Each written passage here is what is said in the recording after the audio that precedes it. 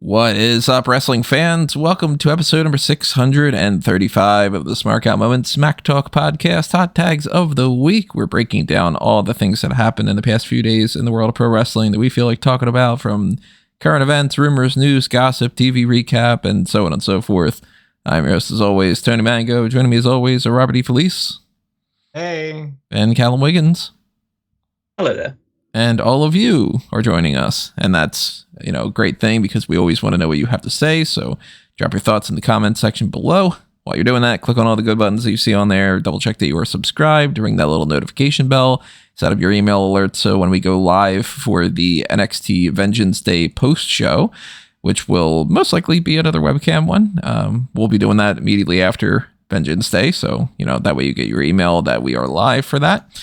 And then you can take part in the super chats and chat it up live with us and, talk about what you think about the pay-per-view and all. Also, click on that like button that's on here. Help us out on the monetary side of things as well with the Patreon, the YouTube channel membership. Just click that join button for that. Get access to the Darkcast, Pick a Poison tier, and all the other good stuff that you see there. Pick up some merchandise. You know where to find it. And if you want to toss a little tip jar money our way, thanks button's out there too. So, browse around. Take a look at all those things. Also, keep in mind that we have that Discord server going on right now. So if you see that link on your screen, or if you go to the sidebar of smarkoutmoment.com, underneath the list of the places you can find the podcast on the audio only version of it, you will see the join our Discord link. Join that up, chat it up throughout the week, and, have fun during like the little watch parties and stuff that we're going to probably be hosting over there. All that good stuff. And let's get the ball rolling on these hot tags. Not as crazy of a week as some previous episodes where, we had these giant milestone things to happen, but there are still some interesting things to talk about. So let's get into some of the TNA stuff. TNA stuff. Why did I go with TNA? Just because I saw the word Tony Khan. I guess I have TNA on my mind. The AEW stuff is what I was going to say. And it's not even like that they have TNA going on right now because they're working with CMLL, so it's a different story. But Tony Khan is set to have another quote-unquote huge announcement on Dynamite next week. Announcement, let's use the proper term. It was big. So it's big, not huge. So if the one about the tickets for All In, was that huge or was that big? What's the level we're going for here? I think the level we're going for here is big, genuinely big, because it'll probably be a talent signing announcement. I think this is going to be the announcement of Mercedes Moné. So I don't think it's going to be that necessarily. I think that they might go with the... I'm blanking on the name of the thing. What was the show that CM Punk was on that First Dance, that's what it was. Where they were basically like, we've got this show coming up in Chicago and there might be a surprise there, and they don't want to necessarily say it. That one was so just in your face though, because they immediately had Darby Allin go, AEW is the place to be, even if you call yourself the best in the world. And it was like, okay, cool. A lot of people have said like, oh, they're going to do AEW, the bank statement, or AEW money talks. Mm-hmm. I think it'd be a really cool thing to do, like AEW Make It Rain, and you like, because you do both Okada and Mercedes, and then it's like, yay, great year for AEW, everyone. But either way, I think it's an announcement. Even if it's an announcement of an announcement, I think it's an announcement leading to Mercedes joining the company.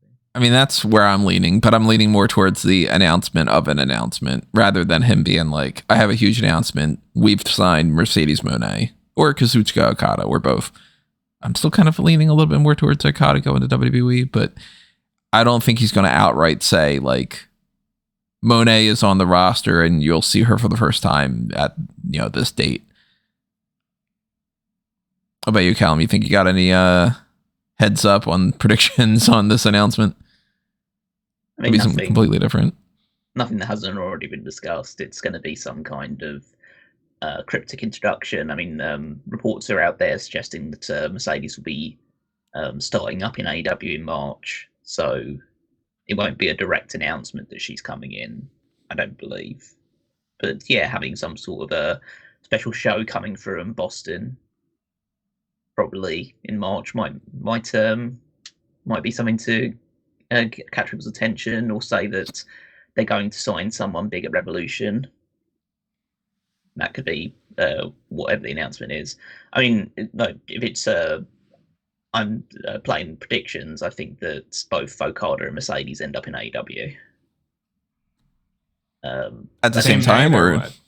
No, not necessarily at the same time, but I think by March, both of them are in AEW. I hope it's not one of those things where it's just like, let's cut to the back and Tony Khan's holding a microphone awkwardly and like, hey guys, I'm so excited about this thing. We got great things going on. Everything's great. It's great. It's great. Great. Great. Great. Great. Great. Great. Great. Great. Great. I'm happy. Great. It's great. By the way, we got a show coming up. It's going to be great. I hope it's not that kind of thing. I said a million times before, I don't like when anybody does these announcements, whether it's like, you know, WWE doing it or AEW. For that matter, I'm going to criticize, you'll hear me later on, the way that WWE tries to advertise like SmackDown, where like the lineup for tonight is just, it sounds as bland as fuck. I'm gonna fight you on that. I already know where you're going with that. I want there to just be an announcement. Like, I want him to, if he has to do an announcement, quote unquote, I would rather it just be him being like, I've got a great announcement. We've got a new pay-per-view coming up, or Double or Nothing this year is going to feature this new special type of a match, or, you know, whatever it might be. But I am anticipating that it's more of that, tune into X show and you'll see this thing, rather than flat out saying it. But that's a seemingly loaded episode of Dynamite next week. Like, we're going to get a tag title change by all accounts. Maybe. I mean, yeah. Tornado tag team match, Sting and Darby Allin fighting Big Bill and Ricky Starks, which it's not necessarily like a guarantee that they win those belts, because they could just have the Young Bucks like cost them or something. But they've been doing this idea of like Sting being undefeated. I don't know if they're really going to have them lose that prior to that. I would think that they would either win the belts and then lose them at Revolution, or that they would maybe even retain at Revolution. But it's a tornado tag match. It shouldn't be disqualification. No, I'm not saying that necessarily needs to be disqualification, but I would say that after the sit-down promo segment they did on this episode of Dynamite, I'm now more convinced that Starks and Bill are retaining. What was it about that stood out to you? Makes you think that? That Starks went so vociferously on the fact that Sting pinned him in Sting's first match in AEW, that I think that in order to kind of redeem that promo to a degree, you need to have Starks pin Sting and get his win back. And I think that, honestly, the more that I've like heard other people like talk about that idea, I'm kind of more in favour of it. Not because I don't think it would be cool to see Sting and Darby be tag team champions. It's more along the lines of, I don't think Sting needs to lose his final match. And I don't want, and so if he was to not lose his final match and get like a hero send off by defeating the Young Bucks with Darby Allin, then I don't want them to be tag team champions and then just having to vacate the belts and throw everything up in the air. Really, I'd rather, like, you know, Sting and Darby Allin get a victory over the Young Bucks, and then Big Bill and Ricky Starks can kind of hold on to that thing of, I was the last guy to pin Sting, and can kind of like carry that momentum forward. Because I think Sting should probably put somebody over, and it's not like the Bucks need to be put over by Sting. See, here's why I'm in favor of them retiring Sting with the tag titles and then just vacating them. The tag team scene needs a reset anyway. So if you have this happen and then go, and we're gonna get back to our roots and do a tag team tournament where you can then spotlight Private Party, Top Flight, a lot of the tag teams that they have, like throw the Hardys in there. They can lose to Private Party. You can throw FTR. Maybe Aussie Open will be healthy by then. Like, I think that's a better move than, okay, now heel Young Bucks have the tag titles again, and we see where we go. Well, that's another thing that I wanted to add too, is because I don't want that to happen because you've just reintroduced the rankings, and then your thing for the tag team division would be, hey, let's just throw a load of round teams into a tournament instead. It's like, either use the rankings or don't use the rankings. It's one or the other. I'm hoping that they wouldn't be a random thing, because it will be. It will. Well, first of all, if the Bucks, let's say a scenario where Sting and Darby Allin win the tag titles and they face the Bucks for the titles. Bucks aren't ranked, so the Bucks can't face them for the tag titles. I know there's that whole, like, they're the executives and they could do that whole thing of like, oh, we're just going to make ourselves number one contenders because they're now playing into that, like, executive mindset thing. Also, it did not escape my attention that they've now decided to grow goatees so they don't look like Vince McMahon anymore. Mm-hmm. So yeah, I didn't catch that, but that's good. They could, so they could play that card, but I think that, like, as I say, there's no benefits really to, but that match doesn't need to have the tag titles attached to it. Having Sting retire with the belts and then having them vacated, it just say like, oh, you're going to take tag titles back to roots. No, you're just essentially just opening the field back up. You can revitalize the tag team divisions with Ricky Starks and Big Bill as the champions at the start of it. I'm not as big of a fan. I mean, I've said before that I don't even really like the idea that Sting is going to have a tag match for his big finale, because that just kind of seems... He hasn't wrestled a single match. Yeah, it's just, I don't know. Like, I don't look at that as like, wow, what a great send-off. You know what I mean? But with or without the belts, it really doesn't matter to me. And ultimately, the most interesting story that I can think of to come out of this, if we're like fantasy booking, where you can go back in time, you can change anything, I wouldn't be in this position at all. But if you were to tell me, like, okay, you get the creative license going forward, we've set this all up, what do you do next week? And leading into that, I'd probably have them win the tag belts, retain the tag belts at Revolution, and then only have Sting vacate his belt. Because the most interesting scenario to me is not crowning a new champion through a tournament or keeping it on Bill and Starks or switching it to the Young Bucks. It's actually, who could Darby Allin team with? And if they would do a story of like, he's holding both those belts and he's looking for who could be his new tag team partner to hold the other one, that would be the most interesting story for me personally. But the idea that it's a tornado tag match makes me feel even more likely that the belts are going to change hands. Although it could just be a means to get around Sting not being able to, do the standard tag team thing or something. I don't know. But they don't really like adhere to tag rules anyway. So it's like AEW is very much like, you could have an entire match where nobody tags in and they're not going to give a shit. And DQs don't work the same there, as they almost have no DQs in AEW, and then they have an exorbitant amount in WWE. So neither company has the right balance in my mind. So I don't think that they can pull off DQ in this kind of a match and have it not seem ridiculous because it is tornado tag. But I'm leaning towards the belts changing hands, and either they lose it at Revolution or they do some kind of other kind of angle. We'll naturally talk about that after they win those belts, or don't, because that might really heavily influence that. But it's not the only match that's being set up for next week that matters. But any other tag topics you guys want to talk about with that? No, I think we covered that pretty well. Yeah. Just to clarify, I think the titles are staying where they are. Staying where they are. Yeah. I think they're definitely switching, but we do know we're going to have a number one contenders match for Revolution. Swerve Strickland against Hangman Adam Page. And that's where I think you get one of your rare DQ finishes that you were just talking about. It'll be Samoa Joe against both of them at Revolution. I kind of think it's going to be a triple threat too. Yeah, I think they will end up with a triple threat. I'm just interested to see how they get to that. Double pin, double DQ, double cheese, double onion. Yeah. They could go time limit draw because they have like this because it's 20-minute time limits for non-title matches in AEW. So the main event usually says with TV time remaining, right? Yeah, but they have also now started saying that they'll stay with the match until they have a decisive winner. Because now they're doing overruns more frequently.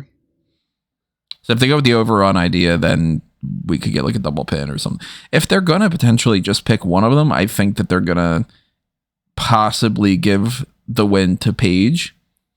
And then that sort of offsets the fact that he lost to Swerve before, because I don't think either of them is going to beat Samoa Joe by any means. So if they're going to continue that feud with Swerve and Paige, I kind of see it like it only makes sense if Paige wins something. And if this is the total end of the feud and it's just downright, we're not going to revisit this until way down the line, then Swerve kind of has to win. But I don't really think Swerve against Samoa Joe is going to be a singles main event there. I mean, Sting's probably going to be the main event. Let's put it that way. But that is true. I am leaning more towards a triple threat. Yeah, but I think if Swerve is going, whenever he does go 1-on-1 for the title, he's good. He should win it. I don't think they're taking the title off Joe just yet. Yeah. Who do you see Joe? I don't know. I don't think that person's like kind of emerged yet as like an absolute top contender. But I think that there's a good chance it could be Ospreay. I was just thinking, at All In. Yep, that's just what I was thinking. Because at this point, you only really have to get through Revolution, Double or Nothing, and then a New Japan match at Forbidden Door. And I think you can get through pretty easily. I think that there's a chance that MJF comes back and wins that belt. Okay, just because you said it. I haven't missed MJF. I'm enjoying this break. I'm not saying I don't like him anymore. Yeah. I've been enjoying. But you're not clamoring to be like, wow, Dynamite sucks without him kind of thing. Yeah, like I'm sure when he comes back, I'll enjoy when he interjects into the formula. But right now, I'm really enjoying the product without what MJF brings. I'll say this variation of that. MJF is arguably still my favorite person in AEW. But you want him to go to WWE, don't you? I still want him to go to WWE, but I don't like the product any more or less right now. Like, him being away from AEW hasn't made me go, okay, I was at like a 75% before, and now I'm at a 12. It's around the same range still. With MJF, I would like it better for him to do like his spots and just take away another segment away from somebody that I don't really care about. But like, I'm not like, oh man, that guy was saving it so much that now that he's gone, it's such a big drop off. The way that, I don't know, say like Noah Austin in 1998. If you were to ask me, I'd be like, wow, it's a big difference. Yeah, it's, MJF has missed on my part, but I'm not clamoring so much for him that I feel like, man, I was super excited to turn on Dynamite before, and now I can't watch it. That's about the same. Well, for whatever that's worth, I think, like, I have personally just gotten to the point with you where I know that, like, AEW is just not your thing, and that's fine. They need to do something different to like reinvigorate me, the way that like I really was tuning out to NXT 2.0, and then when they started to switch that back up, I'm like, okay, I can get more into this.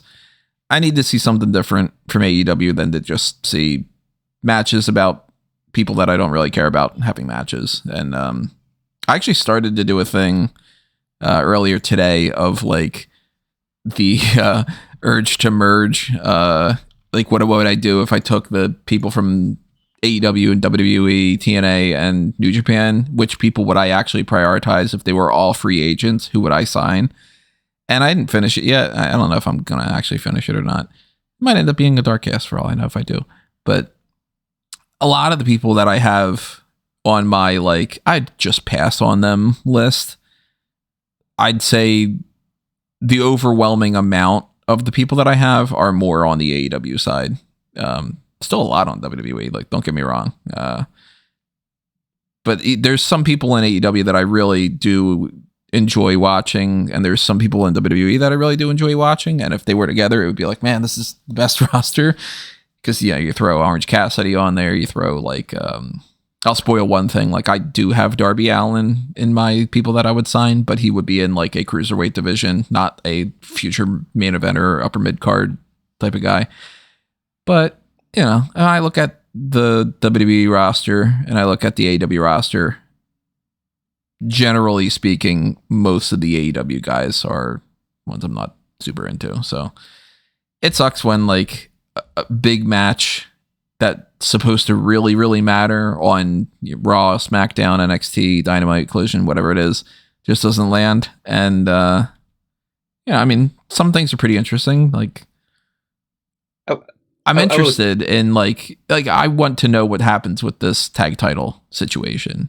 I'm invested in that, but I can't say I'm super into watching Jericho fight Takeshita again. Like, Jericho's not doing anything for me right now outside of making fun of him from the footage of the cruise, because that was awful. That you're owning blinding lights, man. Like, I am interested in Takeshita against people, but I'm not interested in Jericho against Takeshita. You know what I mean? I will say, and I hope you don't take this the wrong way, but you might. Yeah, we always have frank discussions about this anyway. The fact that you're kind of turned off by a lot of what AEW is right now is kind of validation for me that they're on the right track. We have different sensibilities, yeah. Because I think that your sensibilities lean more to WWE, and totally. If a lot of what AEW is not what you're into, it means to me that they're distinguishing themselves from WWE, and so that's the right way to do things. So I kind of want an AEW where most people that prefer the WWE style of things don't like AEW. Yeah, I mean, I get what you're going with for that, because that's kind of how they need to separate themselves from just being WWE light. Yeah. Because I say, like, I watch the WWE side of things, and basically I'm in pretty much the complete opposite camp from you. I think AEW by country mile has the better roster than WWE. I think most WWE wrestlers aren't very good at wrestling. They can just wrestle a very like set style, heavily rehearsed style of WWE. I'm not saying that AEW stuff isn't choreographed, because it clearly is, but it is more that indie freeform style that I kind of gravitate towards more. I like the fact that matches just come out of the blue that I'm interested in and don't need to have a real story attached to it.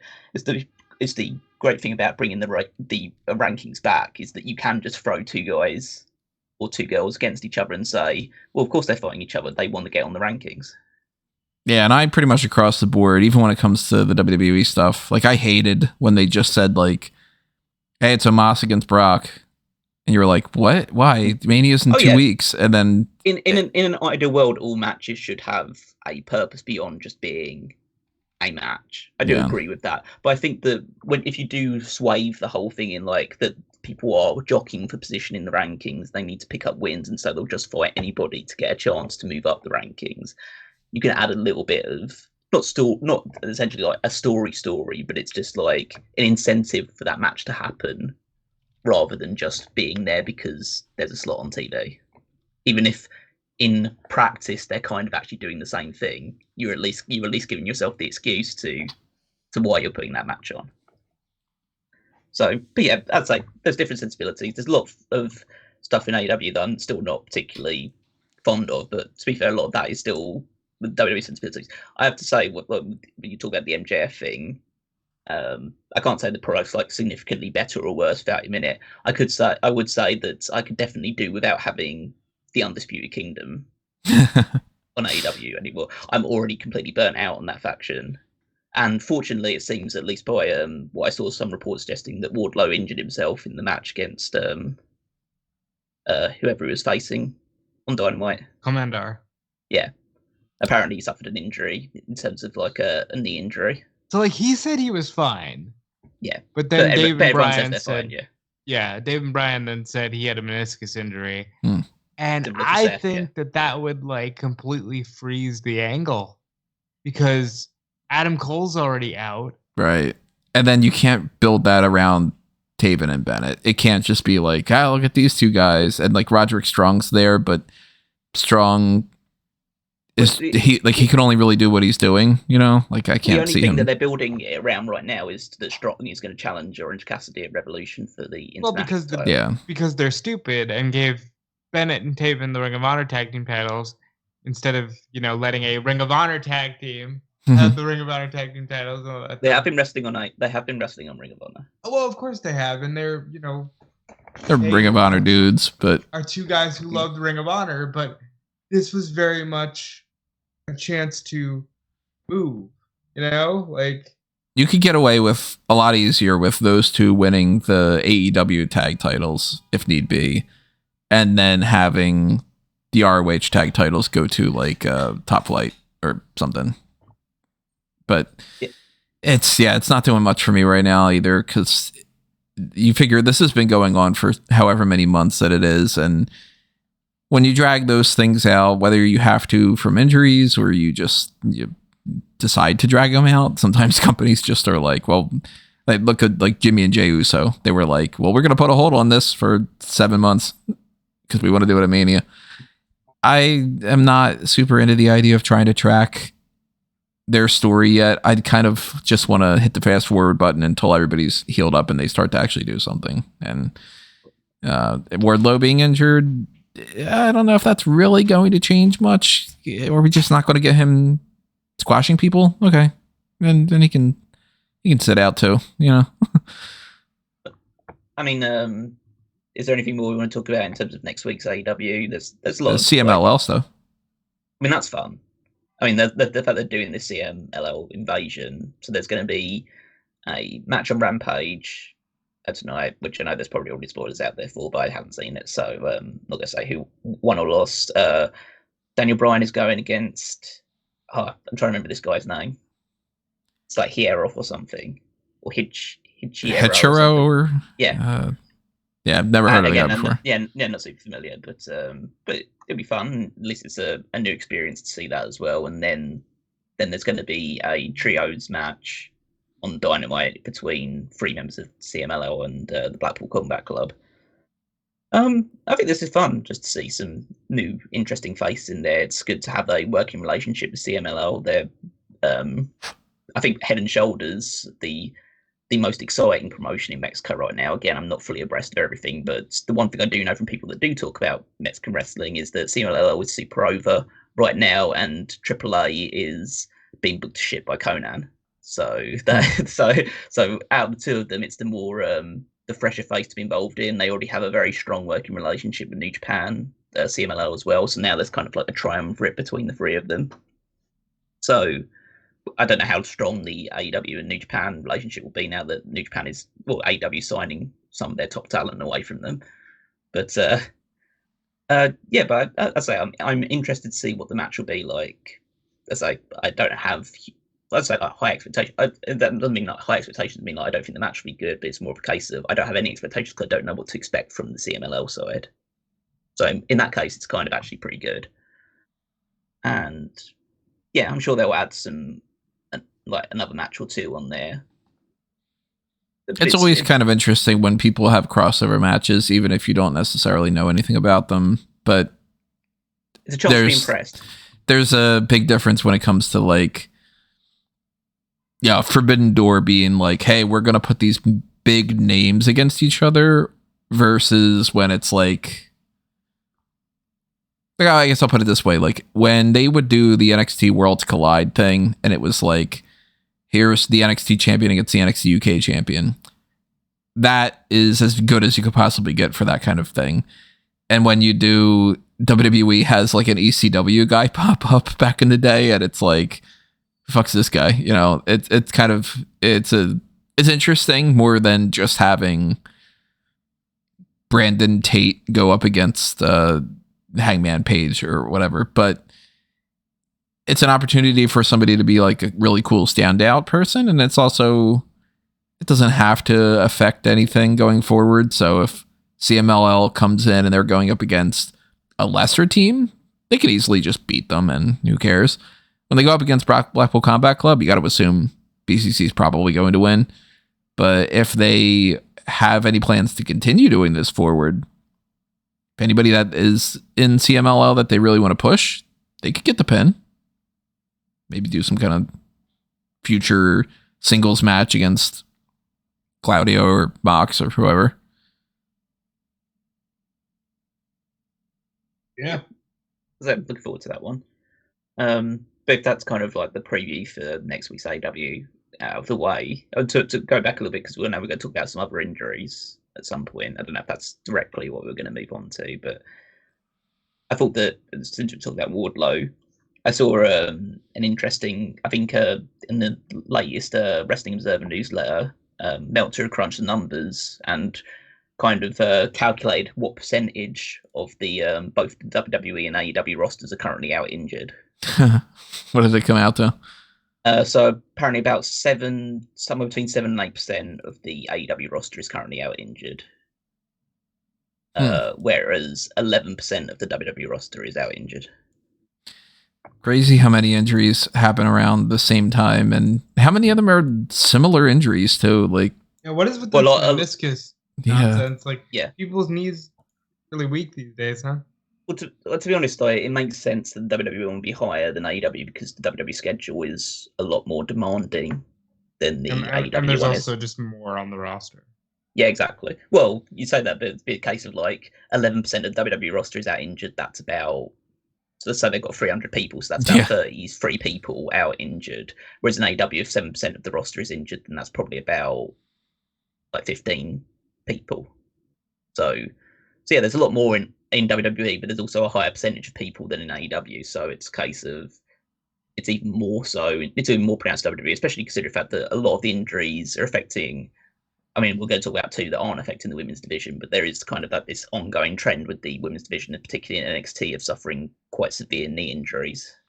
Yeah, even one that I hadn't planned on necessarily diving deep into, but like been asking where's Danny Palmer been, and like she has like a hip surgery or something.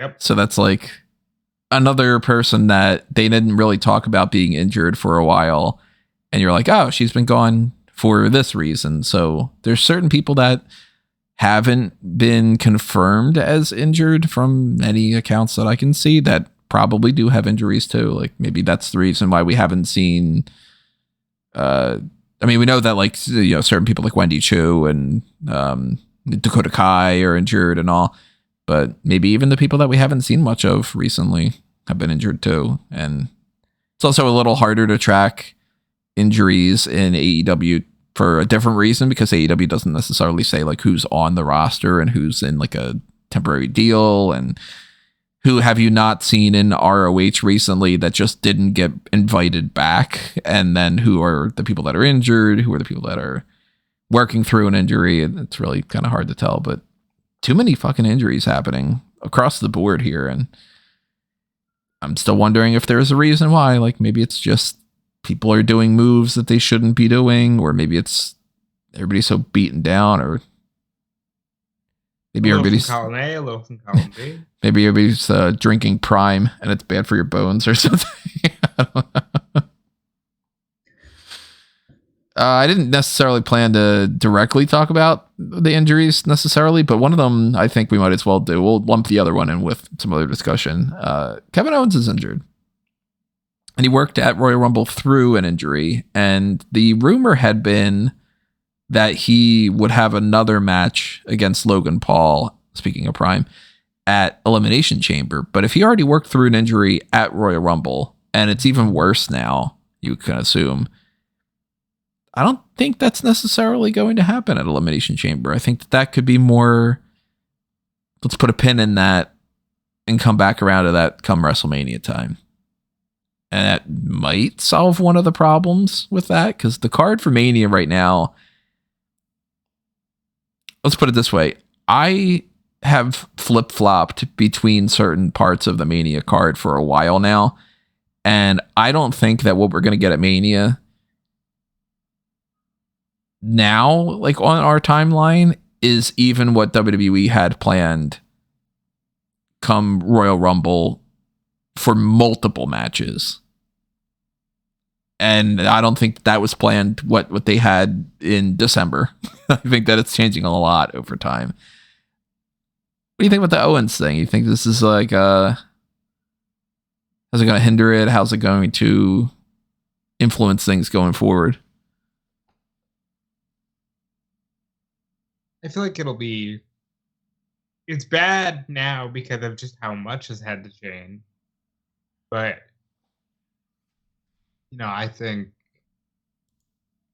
that Owens being injured in the long run won't be too bad. It probably won't be out for a long time. If he was able to work through it, he probably just needs some rest. And he could always get that on the road to Chamber, maybe a couple weeks off. He feels good.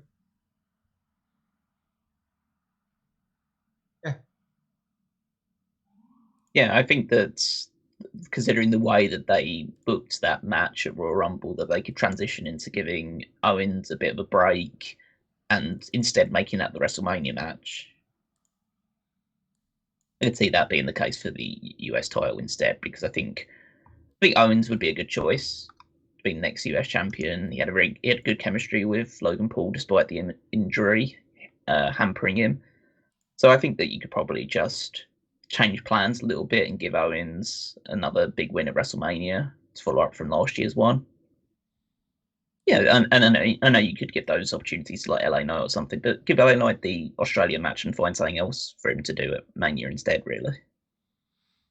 I am still leaning a little bit more towards the idea that maybe they do a multi-man match for the US title. Maybe it's a ladder match, now that I'm like harping a little bit more on future Mania card stuff, because...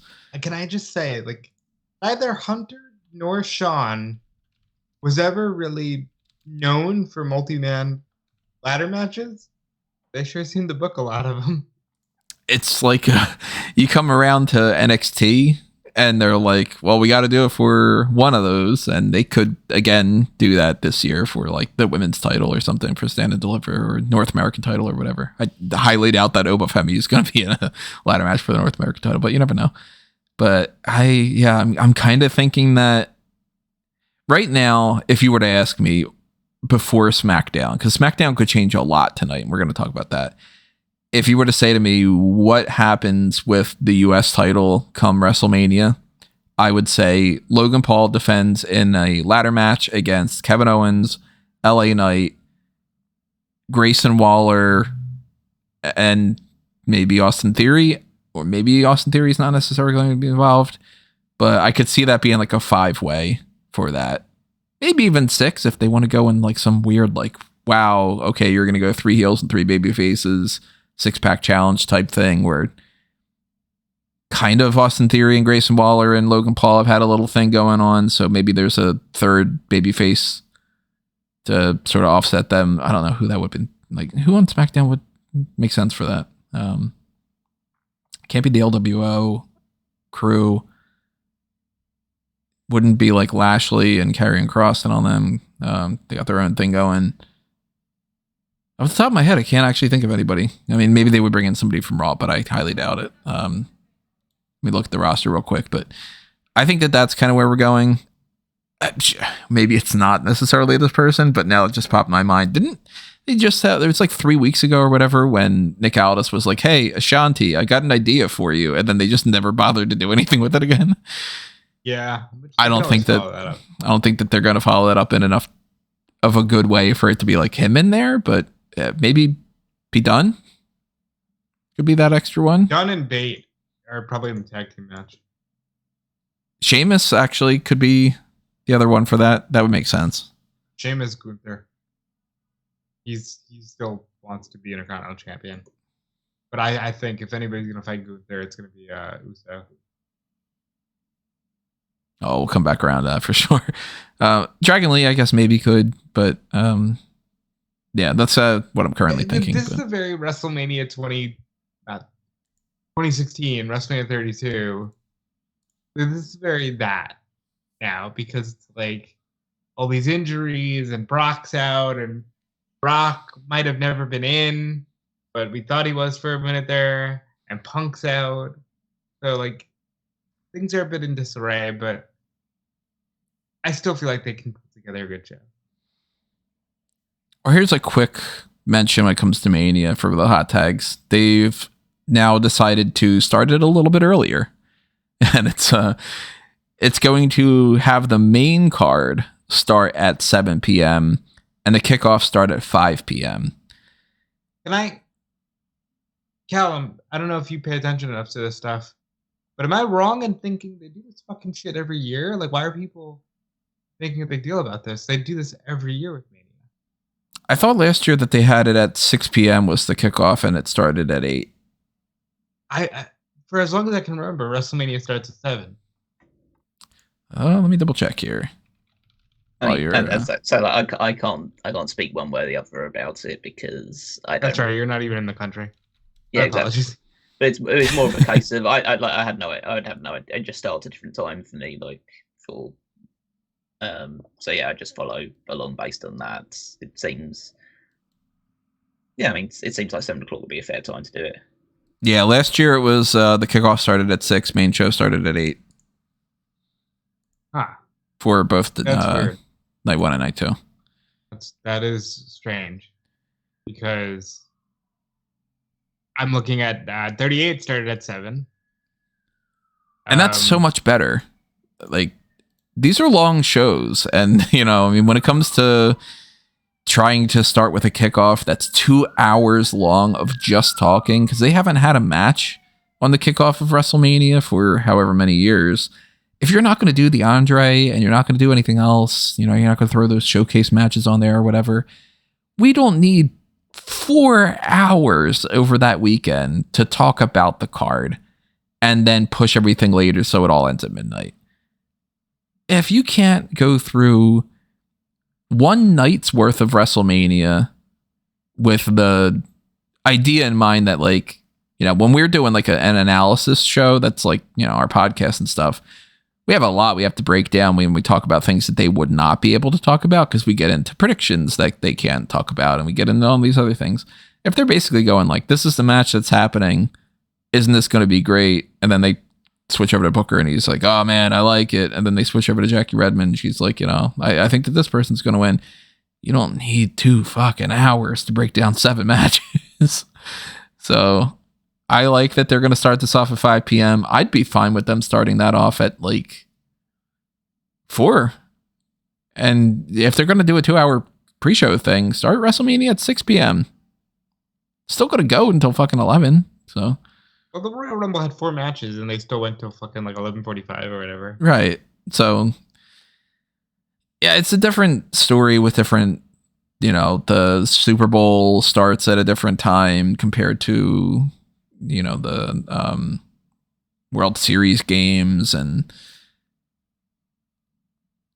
I don't know. I just kind of think like Mania doesn't need to end at 12:30 in the morning. And it doesn't need to start at 8 o'clock at night. I like the idea that it's at 7 p.m.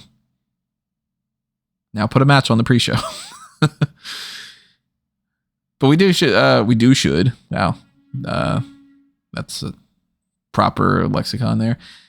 We should be talking about some of these other stories heading into Mania, but I want to put a tiny pin in that right now and talk about something that is going to lead into that when we talk about SmackDown tonight. Pat McAfee is now officially a part of the Monday Night Raw commentary team, and we had talked about the Kevin Patrick release and how could they balance that out. It seems like the plan right now is just Vic and Booker stay on NXT. Raw has Cole and Pat McAfee, and then on SmackDown starting tonight, Corey Graves and Wade Barrett together, with Corey being the play-by-play guy.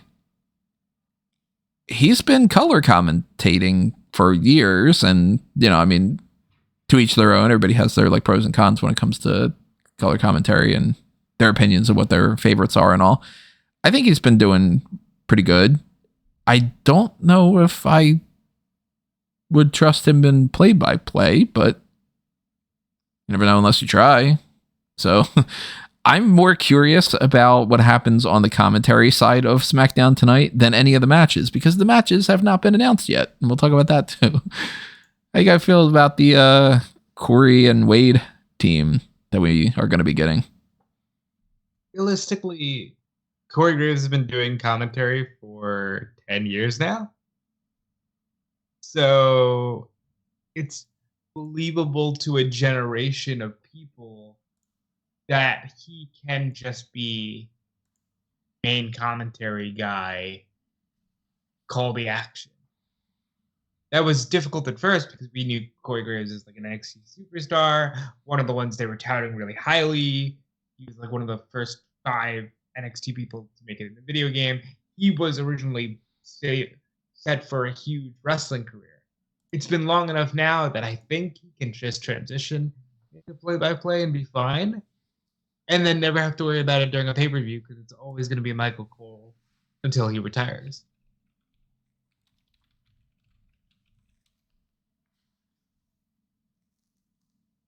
I mean, I don't really have too much of an opinion one way or the other about Corey Graves being the new play-by-play guy.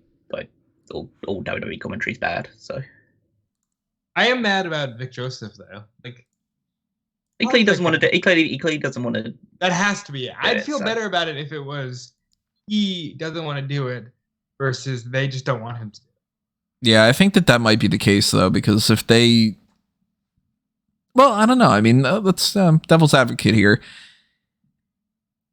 The way that they can approach certain people for certain gigs can depend on their perception of who's a main roster type person. And Corey Graves has been on the main roster for commentary for a long time. Wade Barrett's been there for a while enough now that when they moved Wade Barrett up, I was a little bit surprised at the time because I didn't think that was necessarily going to happen as fast. They might not necessarily look at Vic as that guy quite yet, and he could be their backup option that they just think, let's try the Corey thing and see what happens. Or it could just be as simple as he's like, I don't really want to travel. I just want to hang around in Florida, and I like calling NXT. I like working with Booker. I like working with the men and women that are on the roster. I feel comfortable there. If you need me, call me and I'll make a trip and I'll do whatever. But, traveling is a big difference. And I could see a good possibility that he is like, hey, if it's between losing my job and going on the tour, I'll take the tour. But if I can stay in NXT, I'd rather do that and go home at the end of the night. Because I'm sure he lives in Florida. I mean, at this point, why wouldn't you? He's not going to be traveling to Florida from like Cincinnati or something.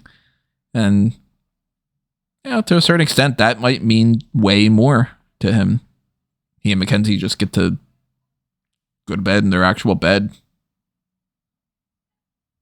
Bed is important. Bed's great.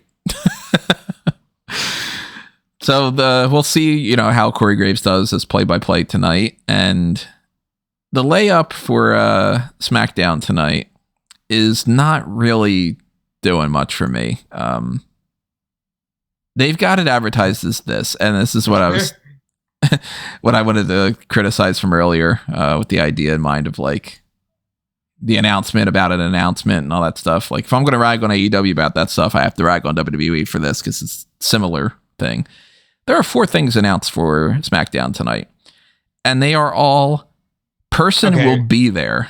So they've actually recently updated it to just 3. They got rid of one of them, so it's not even... Well, because now they have merged. They're now just telling you it's Cody and Roman go face to face. Oh, okay, so they did merge that then, yeah. Logan Paul is set to appear and address his controversial win at the Royal Rumble. And the most interesting thing, because this is the most newsworthy, Bayley is set to declare she will challenge at WrestleMania? Prior to this, they had some phrasing about like Cody Rhodes will be on SmackDown, Roman Reigns returns to SmackDown, and I guess now they're just like, yeah, they are going to have a promo together. But that's the lineup for SmackDown tonight. Is Roman and Cody will cut a promo, Bayley will cut a promo, Logan Paul will be there. Not that if they were to announce any matches that would happen probably right now, that would it make me go like, wow, man, I can't wait to see, Carlito versus Umberto, or like Dawkins against Akam or something. It wouldn't make me go like, my God, I cannot wait. And I'm like shaking in my chair in excitement. But shit, you didn't announce a single match?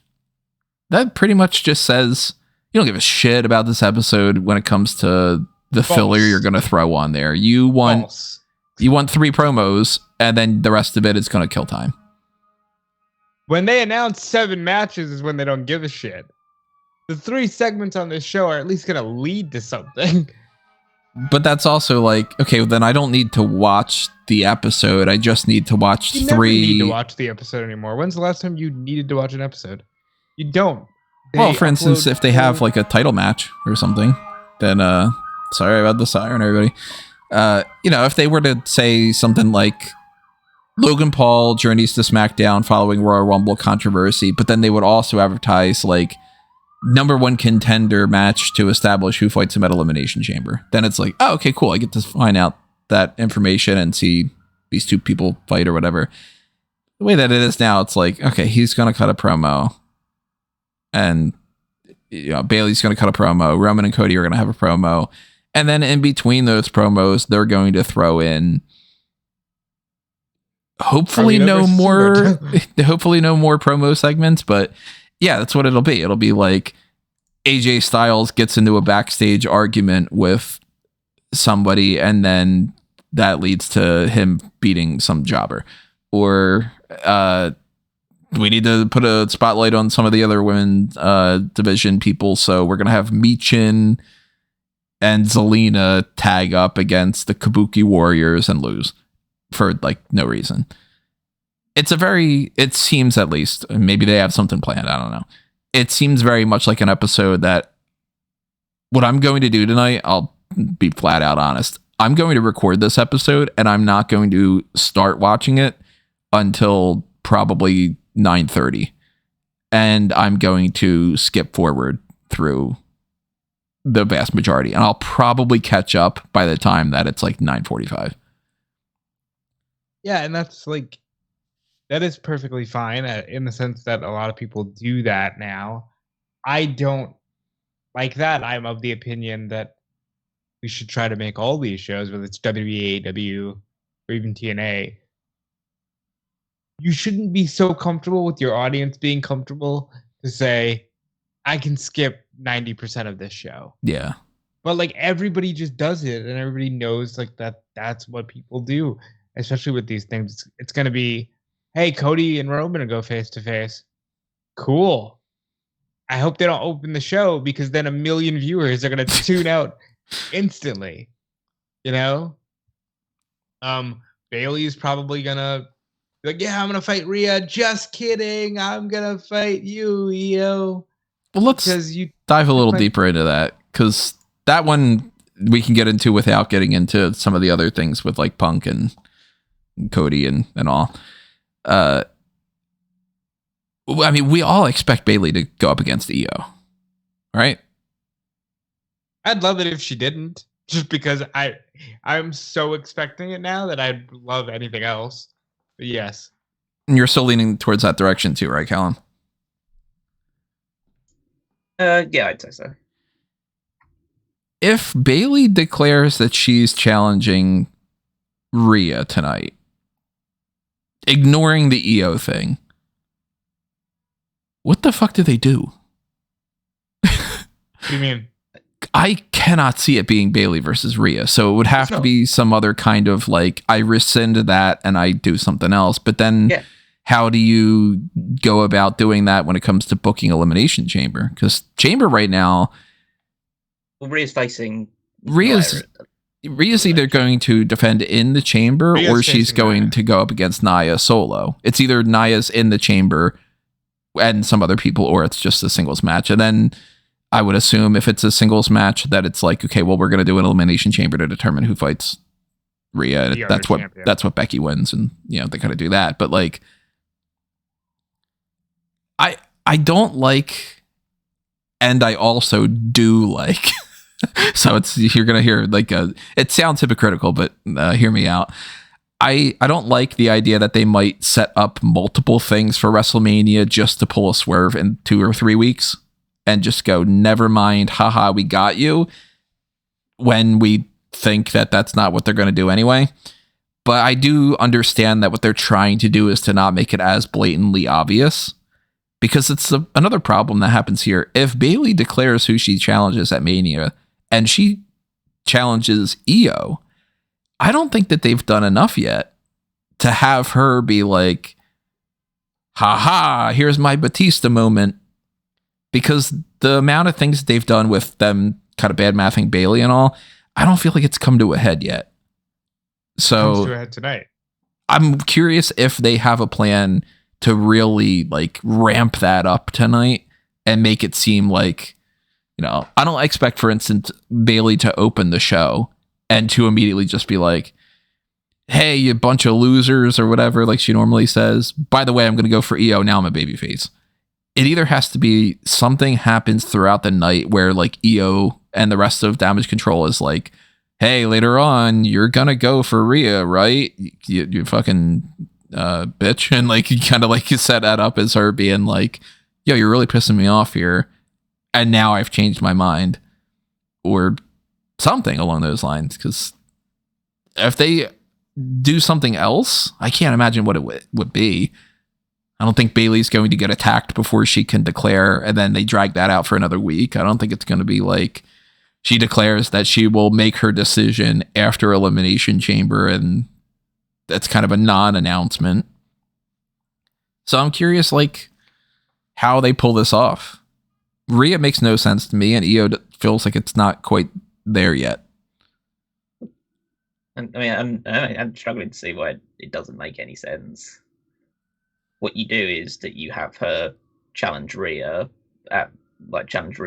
going into at least until the point of Elimination Chamber, and then you basically tell the story of, you know, Io and other people with Damage Control saying things behind her back and like talking about how easily they manipulated her or anything along those lines. Bayley overhears it. She changes her mind when it comes to actually signing the contract to make it official.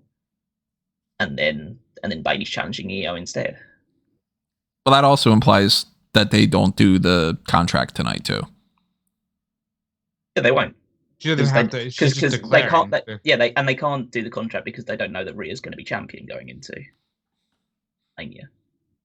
It's weird because they do a lot of things that don't make sense, and then they do a lot of things that do make sense. So I wouldn't put it past them to be like, she signs a contract tonight and it's like an open-ended thing, and they just go like, well, for this, it makes sense for us, you know, whatever, because they make up their own rules. But the contract, the contract is just something that's coming out of your imagination. Like, this is saying that, like, she's just saying she'll just come out and says, I'm facing Rhea Ripley at WrestleMania, and that's it. There's nothing like watertight about that. She's just saying that she intends to fight Rhea Ripley at WrestleMania.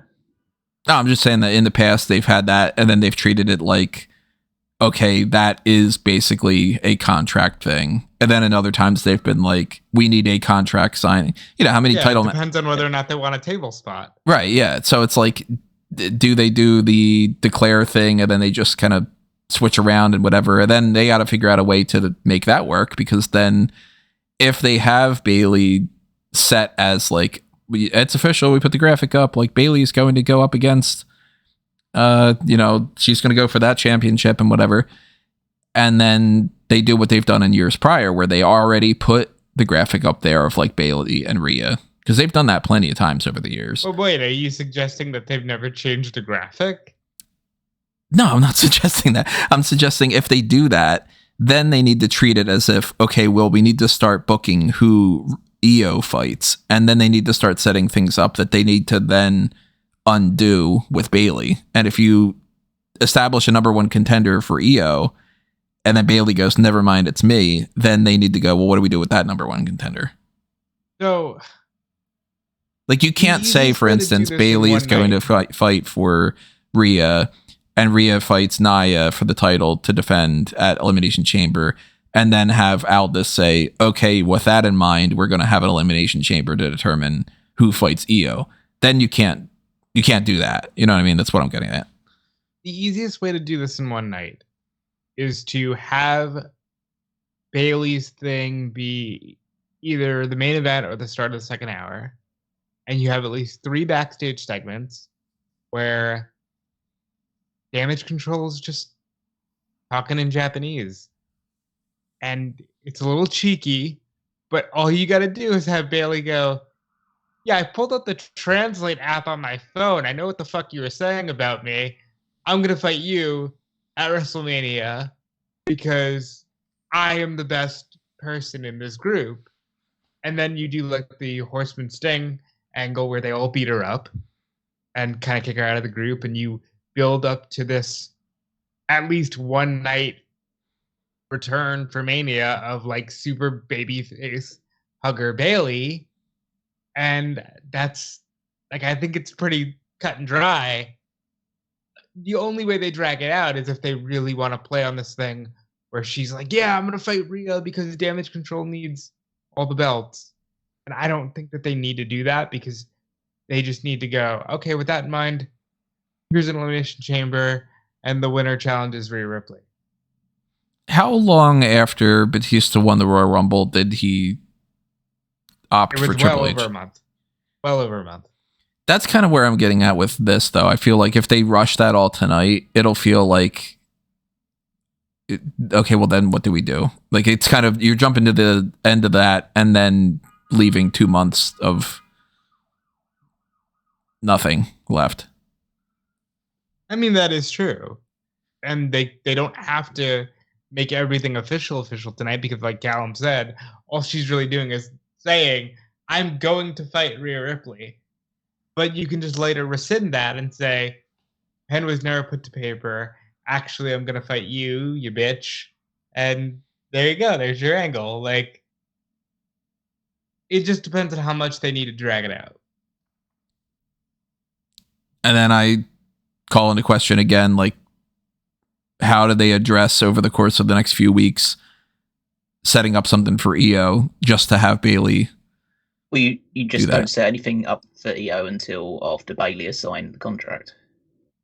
So they just don't do anything with the other championship for 3 weeks. Yeah, because we know the other one is going to be Becky Lynch versus Rhea Ripley, almost certainly. If everything is going by, yeah, it seems like that's going to be the case. So you don't need to build up over 2 months. You just say, we're going to do Rhea Ripley versus Becky Lynch WrestleMania, and then that sells tickets. No, I mean in the meantime. Well, in the meantime, like, you just have Io defend the title at Elimination Chamber. In the chamber, yeah, she defends in the chamber. Or she just faces someone at No, she would have to be in the chamber, because that's where you get into she would, because no, because you just have 2 men's elimination chamber, or just have one elimination chamber. There has to be a women's chamber, because otherwise people complain. See, that's what's funny is now we start getting into the other elements that we can be talking about to overlap with this. They're in a weird spot right now with these elimination chamber matches, because we don't have some like things like set in stone, and then we have things that are like, shit, you can't do that. Like I'm just saying, just keeping it to the women's thing. I would assume we're having a men's and a women's elimination chamber. They don't necessarily have to, but history's shown that they typically have one for the men, one for the women. So if we can assume that we're going to have a men's and a women's, Rhea needs to do something at this pay-per-view, and it's Australia. They're going to make her a big deal. She's on the poster, all that stuff. Jax. We just said it. The big moment is she's lifting Nia Jax in the Riptide. That's it. It could be that, but it could also be that Nia is the main adversary inside the Elimination Chamber, and Rhea defends the belt in the main event to do that. Fighting Nia Jax, sorry. You guys don't see any scenario that she headlines the pay-per-view with Elimination Chamber. Because that means you have to put Becky Lynch in that Elimination Chamber. And that means she has to be Becky Lynch before WrestleMania. Becky Lynch has to lose again. It's going to be Nia Jax. It's going to be one-on-one against Nia Jax because Rhea's going to be babyface in Australia. So they're just putting her up against a heel for that. And they built Nia up well enough that it's going to be a huge moment. And Nia's doing this thing where she's like, technically I was born in Sydney, Australia, and they don't acknowledge the fact that I was the first Australian-born champion. They give that to Rhea, so there's also that. They could headline the show, quite frankly. I don't think that they will, just by themselves like that. I don't think they will, but they could absolutely headline. But let's assume it's Nia versus Rhea, singles match. And we're looking for another women's match to go for the Elimination Chamber. The only two options at that point are Io defends or Becky wins a number one contender to go up against Rhea. Correct. If you do the Becky thing, you have to put it out there as the Elimination Chamber match is a number one contenders match to fight whoever Bayley does not challenge. Correct. They cannot say Bayley's declaring Rhea tonight, for instance, and the winner of the Elimination Chamber is going to fight whoever she wants to fight based off of Bayley potentially rescinding. They would have to say at that point, if Bayley says, I'm fighting Rhea, and that's the end of it tonight, they would have to put it out there. The winner is going to fight Io. And then you have to backtrack and do something weird.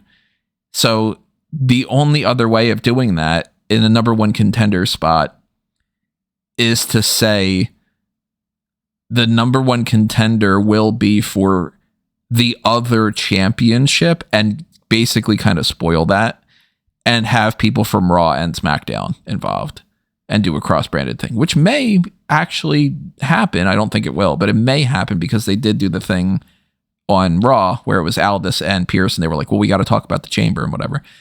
But if they do Io defending the elimination, the title inside the Elimination Chamber, the first thing I think of at that point is, okay, well then we have to not only establish a number one contenders thing on like an episode of Raw for Becky to win, which could very easily happen. They could just go, shit, Bayley changed her mind.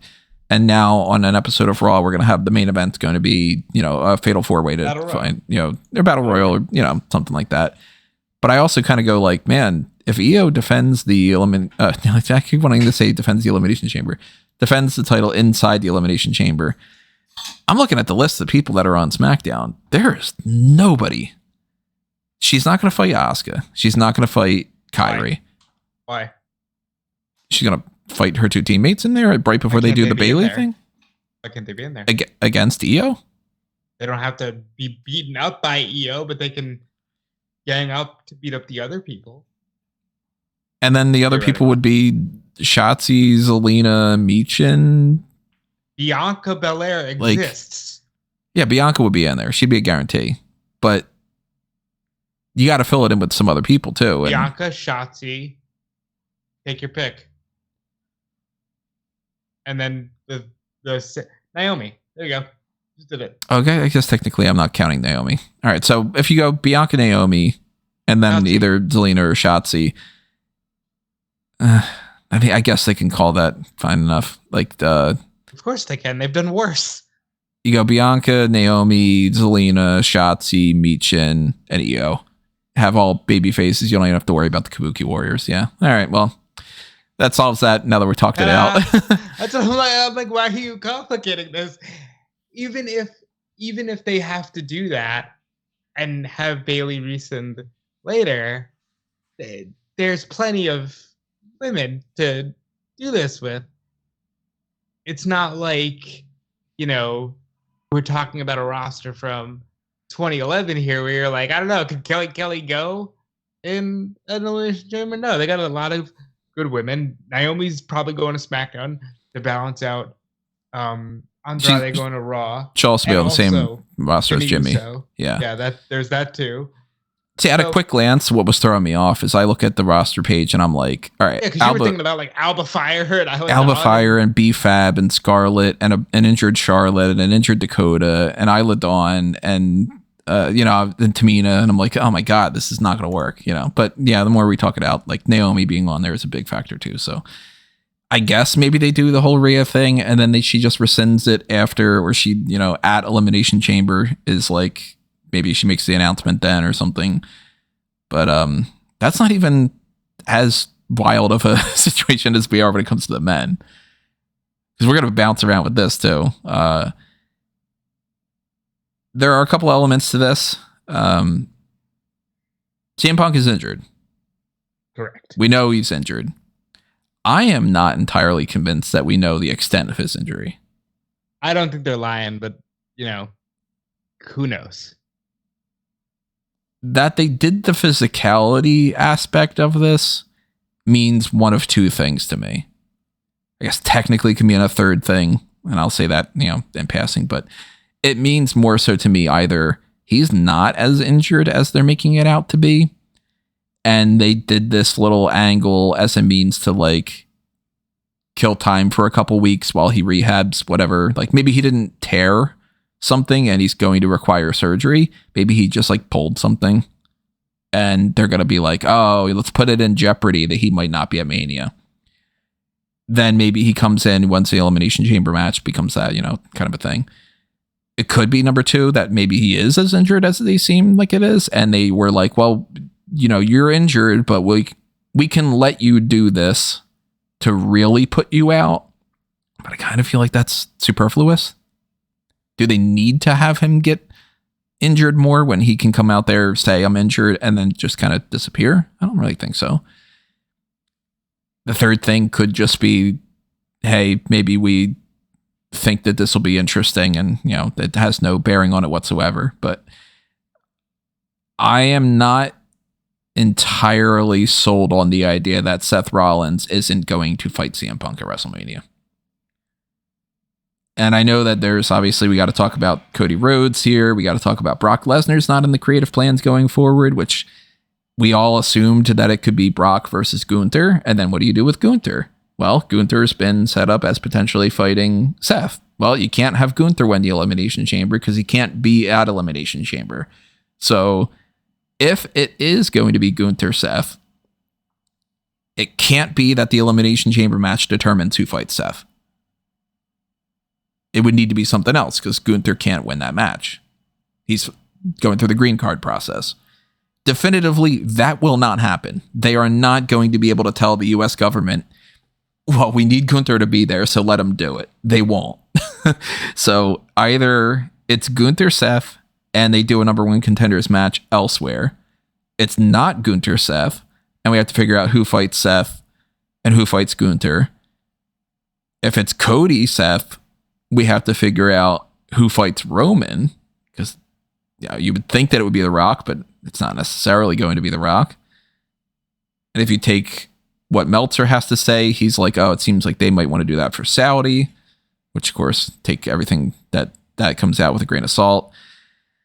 Or Mania for next year, or some people are tossing out there, well, maybe it's Cody versus Seth versus Roman, and then it's title for title for title.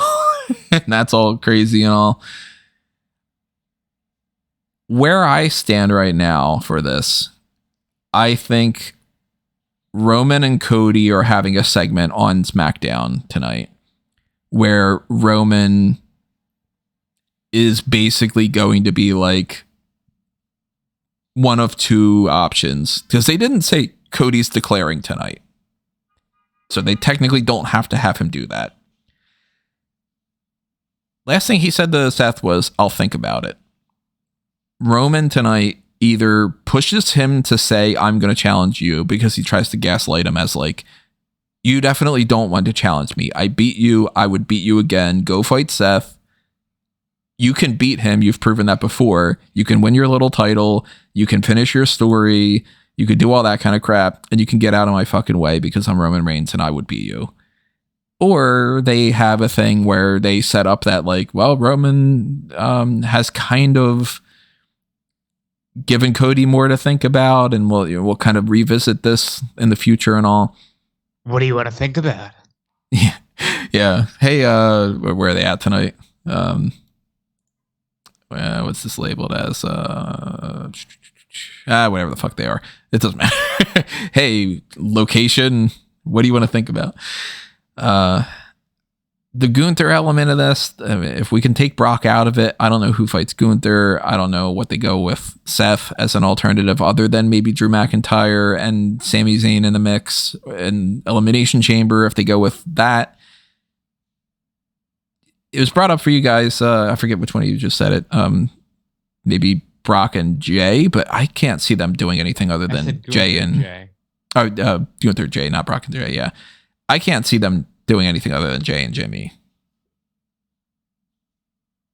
Yeah, but at the same time, that's always going to be interesting no matter what.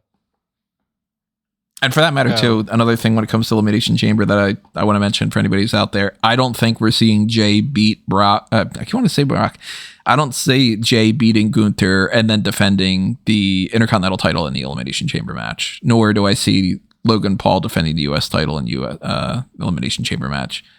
I think it has to be number one contender because Roman's not going to defend his belt. Seth isn't going to defend his belt. We need to establish a number one contender. It's the only thing I can imagine. Or they just don't do the men's chamber this year and they just say, fuck it. Sorry, guys. We had another plan and we can't. What are you crazy?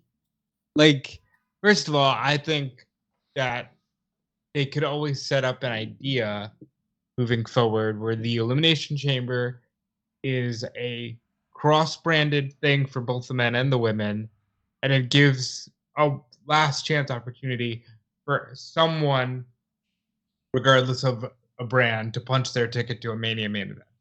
I think that is on the table. You mean like they do the number one contender thing, but they kind of put it out there with terminology of like, we're not declaring this as it's a number one contender for this belt. We're doing this for... I think you declare which belt. I just think this gives an opportunity from somebody like a Bobby Lashley, let's say, who didn't win the Royal Rumble, to still potentially punch his ticket to a Mania main event.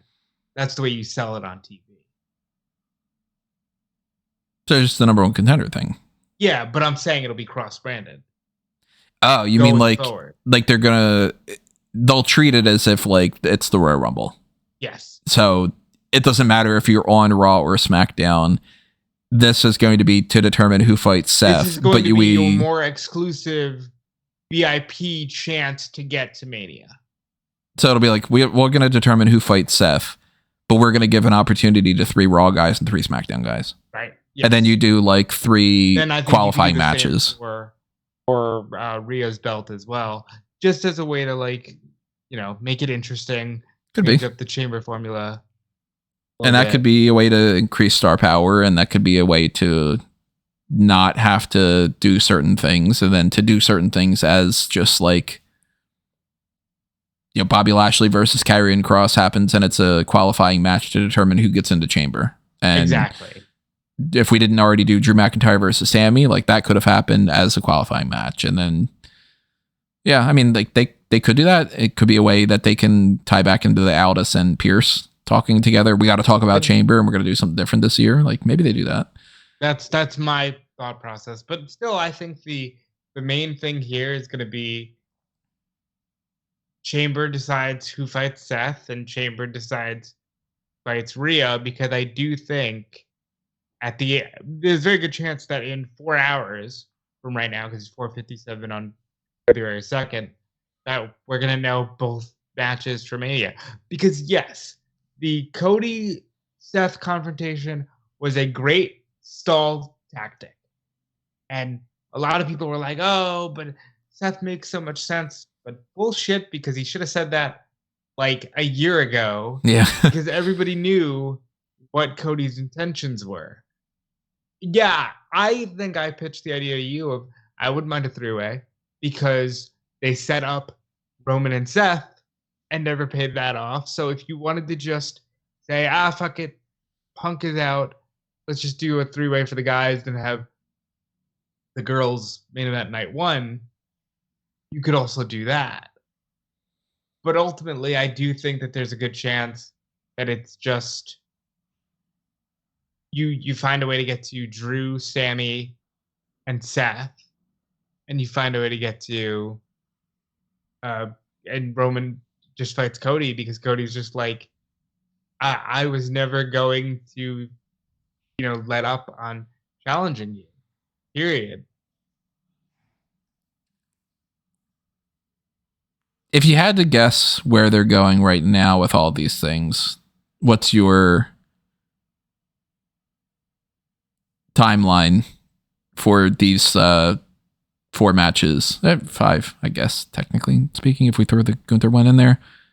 Do you think we're getting answers and stuff tonight? Like, and questions for both of you guys. We're getting at least one answer tonight because neither one of these stories is so complex where we need to drag it out.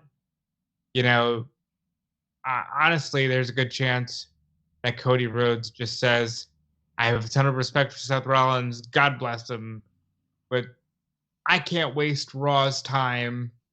They need to find a new challenger because I'm fighting you self-righteous son of a bitch, at WrestleMania, and I'm finishing my story. What about you, Callum? Do you think we got any guarantees tonight, or not guarantees necessarily, but what's your timeline? What are you thinking? To be honest, I find all this quite tedious. You think it should just be like, just announce them tonight? And no, just like this whole discussion, just let the things play out. I mean, we got a podcast. No, but I know. It's like you two kind of covered everything, and to be honest, I just like you're not invested in this. Well, no, it's not the case that I'm not invested. I know what the 4 matches are probably going to be at WrestleMania, and I just want to let them tell the story to get to them. Well, what do you think is going to happen with Gunther, though? Somebody's claiming that Rock is in Birmingham for SmackDown. Who's the somebody? Some Birmingham person who does. Some Birmingham, just guy. Some local Birmingham guy. I don't know who they are. Guy incognito. I don't know if I'll trust. Well, let's say he could be there, but I'm just like, I'd rather wait till someone credible said anything before I bought into it. I'll toss out a couple ideas here. I am going to be horribly pissed if they go with Cody Rhodes versus Seth. And I don't care what justification they use for it. I don't care if they do some workhorse title bullshit. I don't care if they say we're going to go Cody, Seth night 1 and Rock and Roman night 2. I'm going to be pissed. So whether it happens tonight or they go and tell some roundabout other story, they spent an entire fucking year just saying, hold the phone, we'll come back around to this. If they do it another 4 weeks or something, it's still going to be frustrating. But at least if they go back to Roman and Cody, then that's one thing. But I could see a scenario happening tonight where maybe Cody doesn't necessarily pick Roman tonight. Maybe he does. I think that they might set up a match for Elimination Chamber, and there would be a big part of me that would lean towards Cody teams with Randy and fights Jimmy and Solo at Chamber. And I think to get around that, you need to kind of have Cody say he's going to fight Roman, or at least get attacked by Jimmy and Solo. Solo's story right now is very much, can you go take care of business and be proactive? And if he's going to do something at Elimination Chamber, a match against Cody makes sense, because I don't think that they're going to continue to do anything with LA Knight and AJ Styles and Randy Orton, like those 3 together. Randy continuing helps out with that. And, we know that Randy and Cody have their partnership in the past and all. So I'm putting a little prediction out there that I do think that SmackDown ends tonight with the Bloodline all having like a big brawl, and it being like Randy coming out to help save Cody, possibly. I don't know what they're doing when it comes to Gunther. And I lean less towards it's going to be Gunther versus Rollins, because I also think like they didn't necessarily have it planned for Gunther to win that belt yet. I don't think we're going to get the IC champion against the World Heavyweight champion. I don't think he's dropping it before that. So I'm stuck when it comes to Gunther. Nobody makes sense to me as like a truly viable challenger that feels worthy. Yeah, you can put a lot of people in there that could have a good match with him, but Gunther's going to have a good match with almost anybody, and I don't really want to see Gunther against Ricochet again, for instance. You think that there's no way that they just do Jey Uso? No, I think it's Jay and Jimmy, just across the board. And I think there's even a chance that we see Jay, Cody, and Randy go up against Roman, Solo, and Jimmy at Elimination Roman Chamber. Ain't going to Australia, buddy. I don't think he is, but I'm saying like it's not the craziest thing in the world. It's not like, you know, saying, hey, we're gonna get Stone Cold popping up and he's gonna fight EO. Like, you know what I mean? Like where it's like, yeah, that ain't fucking happening. But like I don't know. I'm so lost on this Gunther thing, and I'm hoping that they have at least some kind of a game plan in mind that isn't just like, well, he could have a good match with Sammy and then they just move on and like and do that. Or like, well, don't you want to see that Gunther and Chad Gable match again? Or then again, we don't know about Damian Priest either. I don't know. This is this is a thing, but Brock seems to be out for Mania, and he absolutely is. That's a good thing in some ways, because it's like, yeah, with this thing going on, you don't want that bad publicity. It's a bad thing in the sense that if this wasn't going on, if he didn't have that backstory of that history, then we'd probably be getting Brock versus Gunther and it'd be fucking great. But I'm not convinced that CM Punk isn't going to win that Elimination Chamber match and still fight Seth. And I think you're wrong, but that's okay. For all we know, maybe The Rock's going to pop up tonight. Cody's going to have a thing where it's going to be like, hey, Cody decides I'm going to fight Seth, and The Rock comes out and says, oh, I'll fight you, Roman. Like, maybe they do that tonight, and then I'll be like, God fucking damn it. But for that matter, too, I also don't anticipate that would happen tonight. I think that if they were to have Cody say he wants to fight Seth, they're going to have him say that on Raw. I'll say a few things on this. First, if they've somehow managed to work every single reporter in wrestling to suggest that CM Punk has not suffered a torn triceps and isn't going to be out for at least 4 to 6 months and will definitely miss WrestleMania. If they've somehow managed to trick every single reporter into believing that, then Punk's fighting Drew McIntyre at WrestleMania. He's not fighting Seth. Really? You think they wouldn't go with Seth? No, because that's. Did you watch what happened on Raw? Yeah. But you don't think that like Seth would just give up the belt in the meantime, or do you think that he's not going to be healthy enough, because he still wants to main event WrestleMania? Well, yeah, but he's not going to. Like the obvious story they've told with the Punk thing is if the Punk somehow miraculously isn't injured and will be fighting at WrestleMania, he's going to fight Drew McIntyre. The only way that that's for a world championship is if Drew McIntyre beats Seth Rollins in the meantime. But see, I could see that being a triple threat. But fundamentally, CM Punk is injured and he's not going to be fighting at WrestleMania.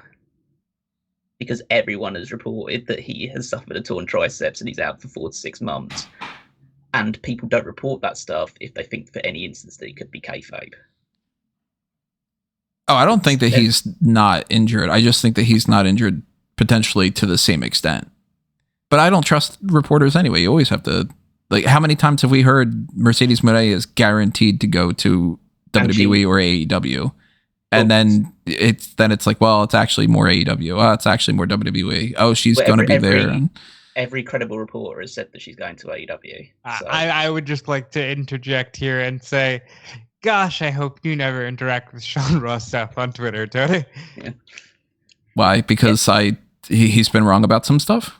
Well, no, because, specifically you said the Mercedes thing, and it's like, I think people are just assuming if she doesn't immediately pop up on one, she's going to the other.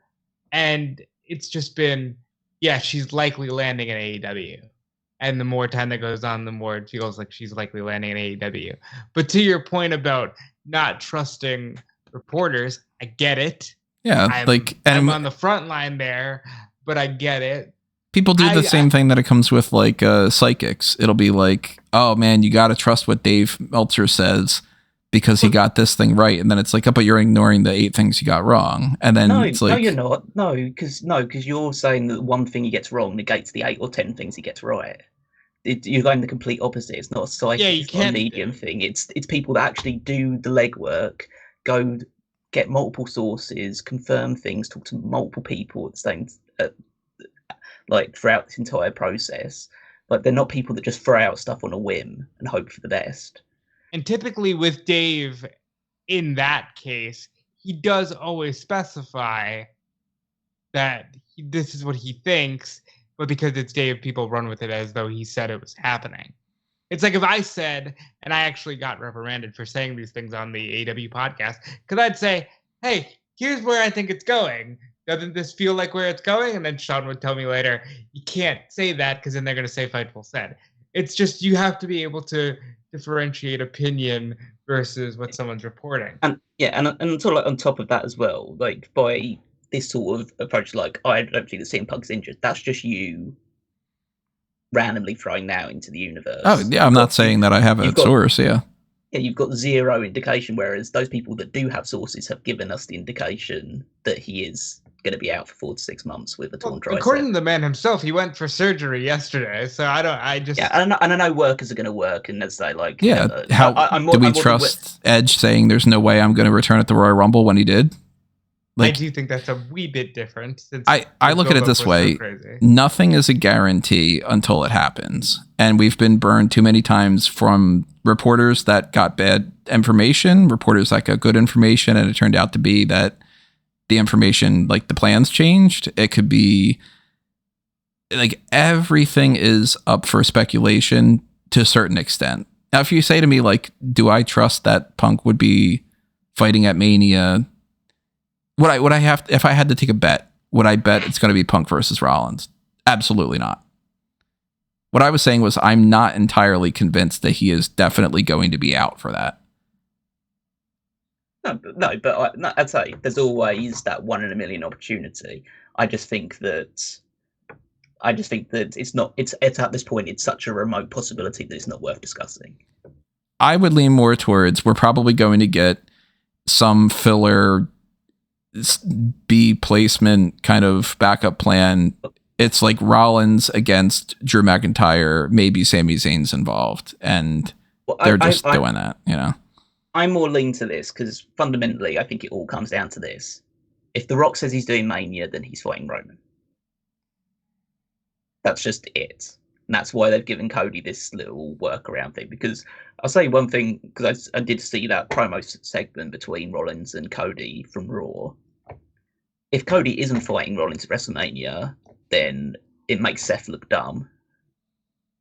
Because he essentially just went out there, poured out his heart and soul about the reason why his title is the one that, like, Dusty would go after, and this is the real title. And then if Cody says, "No, I just want the other guy's title," then it makes that already third-rate championship feel like a fourth-rate championship, because you desperately tried to get the Royal Rumble winner to pick you, and he said no. I think I said that they should have done this a year ago, because they randomly were just like, "Come on, Cody. This is Dusty's belt." By the way, no, it's not. Yeah, the belt does not carry any lineage.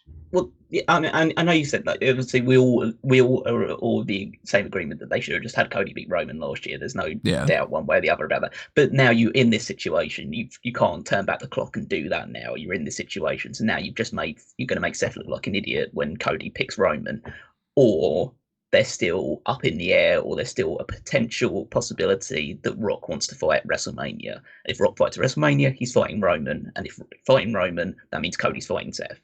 So I don't think we can absolutely rule out the possibility that Cody is fighting Seth at WrestleMania. Oh no, we can't, because it all depends on The Rock.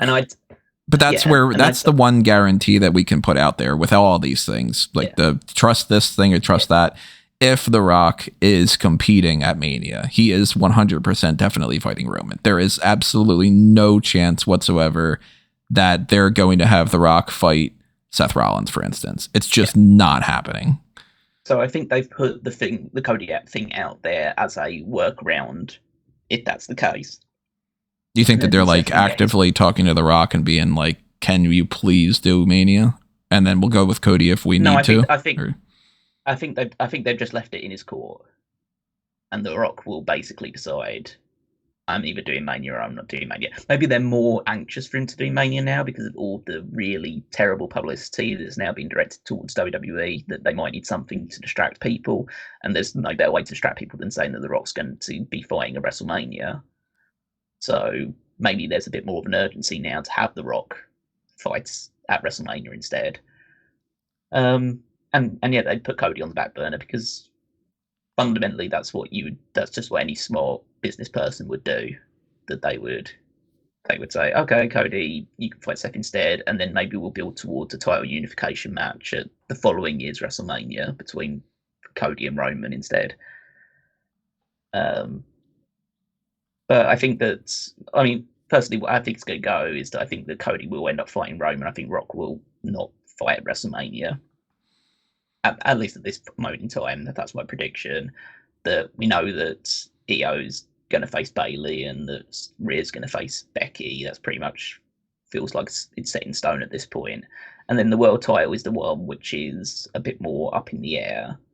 So if you had to pick between, because we might as well just round it out like that. Like, if you have those for those 5 matches, the 2 missing ones are World Heavyweight title and the Gunther match. Right now at 5:15 p.m., who would you say is probably going to go for those 2 titles? I'd say you do Gunther versus Seth.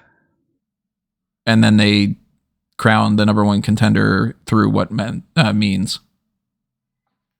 I think that I'd say that they'd probably just do it through some sort of battle royal on an episode of Raw.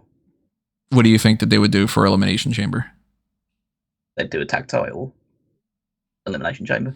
That is also I completely forgot that they did do a tag title thing before.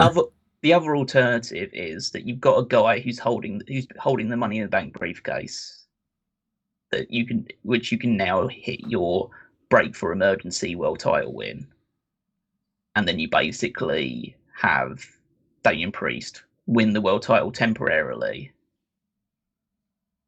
go to Australia, defend it there, come back, lose it to Seth before WrestleMania. I know it's all convoluted, but fundamentally they don't seem to have, well, at least from what I can kind of see from my eyes in terms of TV, they don't seem to actually have a plan for Priest to win the world title. Yeah, it's very odd right now with that, because I didn't think that he was going to be cashing in before Mania anyway. But right now they're treating Seth as if like why isn't Damian cashing in? Like Seth is walking around limping, and that's fundamentally the problem.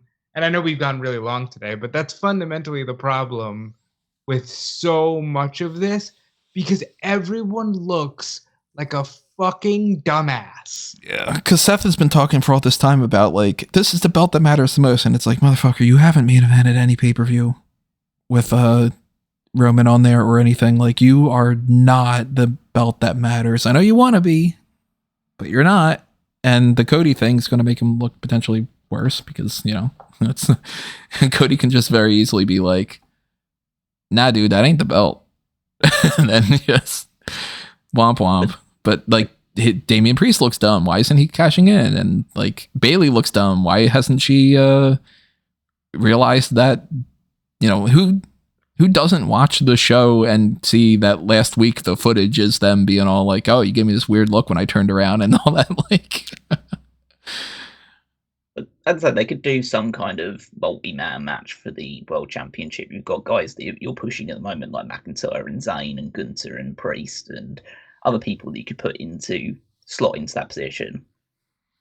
If we're taking what I think would be at least like almost, well, a pretty close surety right now that Punk's not going to be involved at all, And I think if Punk is going to be involved now, they've set this fire too much of a blood feud between him and McIntyre to pivot towards him and Rollins. But I think that you need to. Gunther's the only kind of like top guy they have that could really challenge for that title at this point in time and make it feel like a big deal. I think that already confirms the fact that they're going to need to change whoever's going to be the main event of night one of WrestleMania. Because I don't think whoever Seth faces, it can be the main event of WrestleMania now if it's not Punk. I'm partially, depending on what they go with these other, who fights Gunther, who fights for the world title, that kind of thing. Part of me kind of wants them to just turn into the skid and give it to Bayley and Io, even though I think it should be Bayley and Io. It's not the match that, like, you're not going to put that on the marquee and have that feel like it's as big of a deal as, like, fucking CM Punk versus Seth Rollins. But at least you could say the Royal Rumble winners main event at WrestleMania. It's more along the lines of, well, both for the fact that, like, yeah, you have the Royal Rumble winners get the main event. That's kind of like what's been decreed upon them. But it's more so the fact of, you've got 2 months, tell a good story, and make it the main event of WrestleMania. And you get the good PR of, like, all this horrible stuff that's happening with the Janelle Grant stuff that you're like, well, we're going for another women's main event. We all love Bayley. Let's give her dues. Like, and it'll be a title change. Either Bayley or Rhea, because Becky set it up perfectly. She said, I'm going to keep fighting until the women's championship returns to the main event. True. Like it should be. They're setting it up nicely. Here's where I'll just say, full stop. I feel fucking horrible for Seth Rollins because, buddy boy, it just ain't ever gonna be you. Even when it is you, it ain't you. Like, golly, that sucks for him. But he gets given the C championship backup prize. He spends an entire year basically busting his ass, injured, being like, I gotta make it to Mania. And they're like, well, we're gonna figure it out. You're gonna get that main event. You're gonna walk into Mania with the championship. And then it's like he gets to the point where it's like, and it's gonna be against CM Punk, and it's like, oh my god, even bigger of a match, whatever. And then it's like, let me fight Jinder Mahal on TV, and it all goes to shit. Oh, now CM Punk is also injured. Oh my god, it's all falling apart at the last minute. It's like making it to the end of the Olympic race, and you've seen those people that, like, they celebrate and then they trip. Or they celebrate and the person that's next to them just runs past them because they slowed up a little bit. Like, it sucks. It's unfortunate because even when he could have gotten the main event, in 2019, in a spot that anybody else would have gotten the main event, winner of Royal Rumble goes up against Lesnar. It was predetermined months beforehand. The women are headlining. Sorry, pal. It just ain't you. Well, Rob, if you had to go with what are the 5 matches that we're getting at Mania with those, the 4 world titles and Gunther, and then how do we do the Elimination Chamber for the men? What's your prediction right now? I'm going to go with Seth versus Drew versus Sammy. I'm going to go with Cody and Roman until I see otherwise. Rhea Becky, Bayley Io, and probably Gunther Jey Uso, I'm going to say right now. How do we do the chamber? I think you probably just pull the trigger on the damage control split tonight, and you have it be a cross-branded chamber to determine who fights Rhea. And for the men, I guess you'd have to go into a chamber situation where maybe Sami Zayn wins it, and then Drew just does something to kind of interject himself into the match. But those are the 5 matches I see happening right now. Since SmackDown can change a lot of these things, our opinions might be completely invalidated by, a couple hours from now. But currently right now, to wrap us up, I'm going to say my predictions for all these things going forward. I'm thinking that we are going to get Bayley Io, and that they are going to rush it tonight. That Bayley, by the end of the night, is just going to say, I challenge Io. And it's just going to feel, to me at least, like they dragged something out and then rushed at the last second, and it just doesn't quite do it for me. But then it'll be like, well, we know where you're going, so shut your mouth, kind of a thing. The way that like they do with Bianca and Sasha that one year, where it was like, we don't need to do jack shit. The match is going to be good. Shut your mouth and wait until Mania. I think it's going to be Bayley established tonight. I think that Nia and Rhea have a singles match, and then we have a number one contenders women's elimination chamber that Becky wins, whether it's cross-branded or not, because there are enough women on Raw that could just be like Becky, Zoe, Shayna, Liv, throw two other people in there. I don't know. Natty and a returning Sonya. There you go. I think that the Cody match is going to be against Roman. I'm still kind of fingers crossed about that. I think that Seth, they don't even really fully know yet, but I think that it's at least going to be Seth against Drew. And if they want to do a triple threat and they want to throw Sammy in there, I don't think that they should have had that Drew McIntyre versus Sami Zayn match on Raw, but maybe they do get around it by having the Elimination Chamber be won by Sammy, and then Drew gets involved, and it's like some kind of, okay, well, we're going to have you in the match anyway. I think that's kind of dumb, though, if they do like a number one contender, but then somebody else is like, me too, and then they go, oh, okay. So maybe they have a different plan in mind. Maybe they just want to do Drew against Seth, and that's going to be disappointing, but then I don't know what they do for Sammy. And the Gunther thing, I don't think that they have a plan. I think that they are desperately trying to figure that out now, and that they won't figure it out for another week or two. But I would lean more towards they probably are going to end up going with like Gunther defending against maybe... Actually, no. I was going to say, maybe they end up doing something really stupid here and they end up having like Imperium implodes and they do a match against the two of them or something. But I don't think that we're going to see a babyface turn or anything. So I wouldn't count out the idea that they just go, hey, we got Andrade here. You want to get a shot? And that seems blah to me. They got to do something with Andrade, though. So we will figure out some of that stuff tonight. SmackDown seems more interesting to me now that we've had this discussion than it did before, but I still think it's going to be one that you can skip the vast majority of. So I will be skipping parts of it, and if my phone gets blown up in the meantime, then we'll see. But all that stuff that happens tonight, we will talk about over the course of the next few months leading up to WrestleMania. We are not going to be necessarily addressing it on Sunday, though, because Sunday is the NXT Vengeance Day pay-per-view. So we will be popping up next for you guys on that post-show. That Cody actually challenged Ilya. Yeah, if that's how they go, then I'm going to just... I'm going to grab a stack of papers just to throw them up in the air and go, I don't fucking know. He's finishing the story by becoming NXT champion because he's really Dusty's kid. Yeah. And all that USA stuff with The Rock and Jinder Mahal was them just testing out if it could be like, let's make Cody the American Nightmare against Ilya Dragunov. The Russians, we don't like them right now.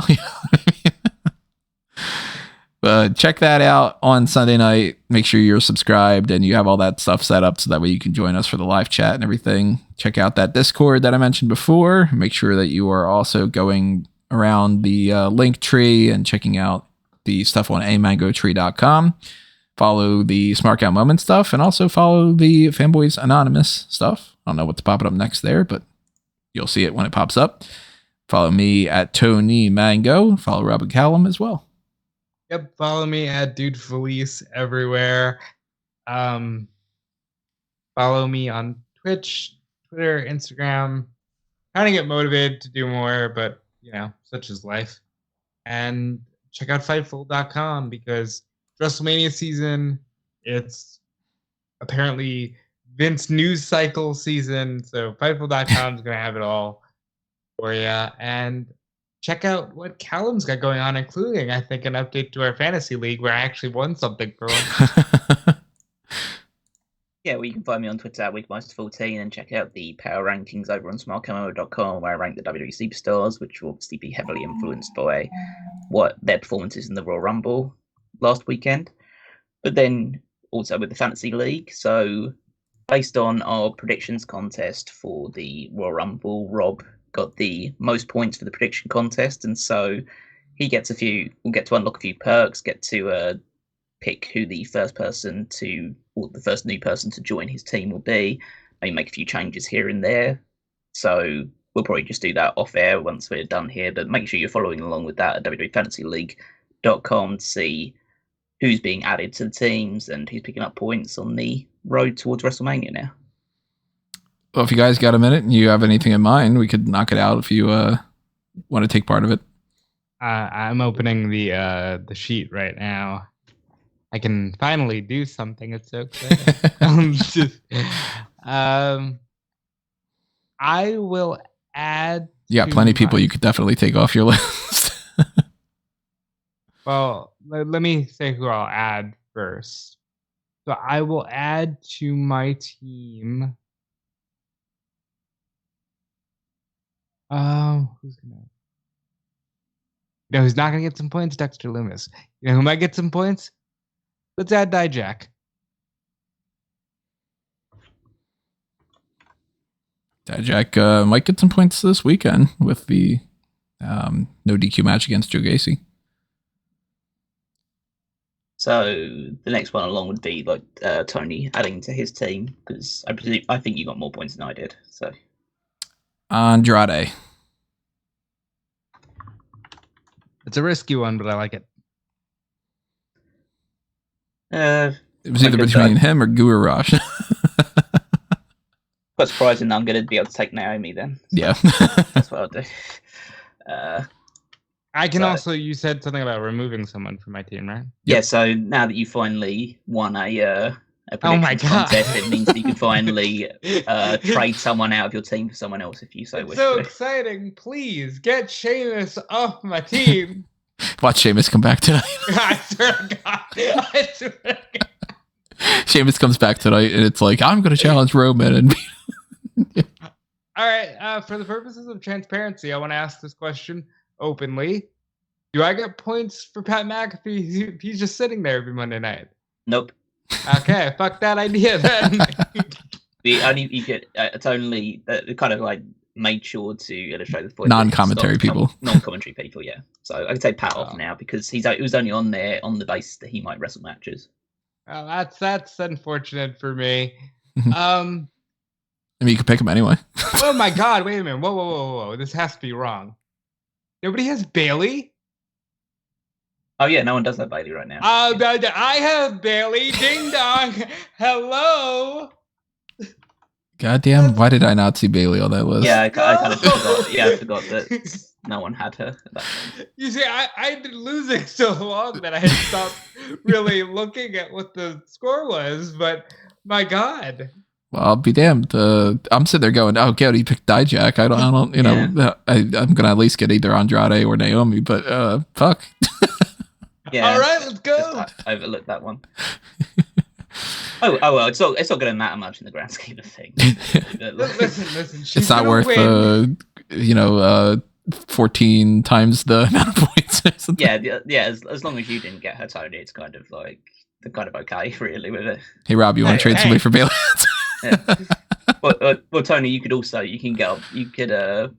trade up to 2 people from your roster as well, based on your litany of fantasy or pay-per-view prediction wins. Does anybody have Trick? Oh shit, Callum does. Okay. Yeah, I got Trick a while ago.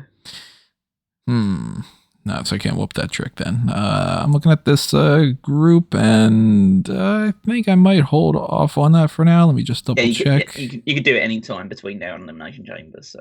For clarification purposes as well, just for those listening, Ava falls into the same category as McAfee, correct? I mean, she would more of a character.